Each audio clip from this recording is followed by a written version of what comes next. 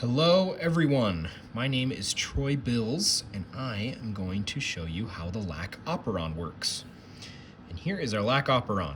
It's made of a promoter, Lac I, Lac O, Z, Y, and A.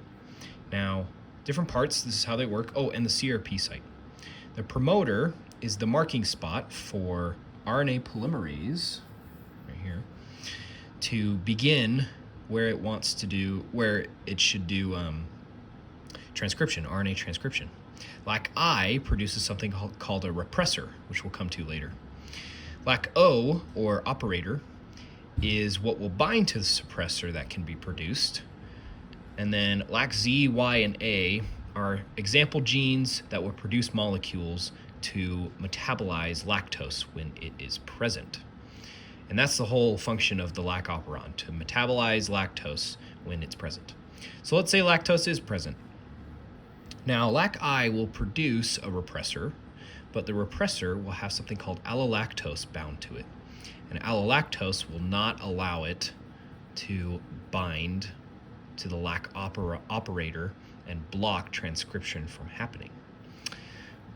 So, in this case, RNA polymerase will bind here, and it can go like this, and it can go down. It allows transcription to happen, and because of transcription happening, the genes will produce molecules to metabolize lactose. Now let's say that lactose is absent. If lactose is absent, Lac I will produce the repressor without allolactose bound to it. And it will bind right here.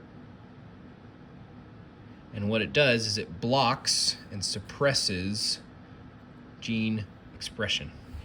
So RNA polymerase will come in just like normal, but it's blocked at this point. It can't cause the lac genes to produce the molecules needed to metabolize lactose. And that makes sense because no lactose means there's no lactose to metabolize. Now, let's say this is still absent.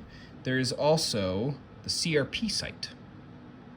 And the CRP site is important because it basically enhances gene expression based on two more conditions, glucose and CAMP. When glucose is low, and there's enough CAMP, in this case high, what it will do is CAMP will bind to the CRP site.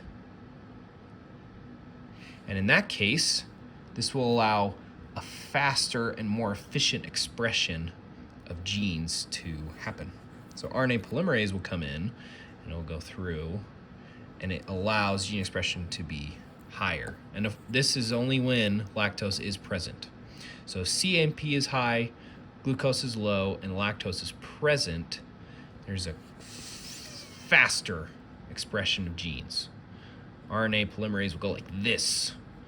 It's way more genes being expressed at a higher rate, so more lactose can be metabolized.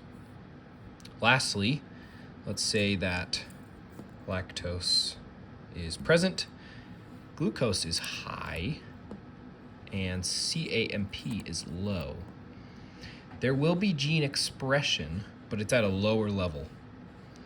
And so characterized by these small arrows, it will not be as fast when it goes to gene transcription. And that's how the Lac Operon works.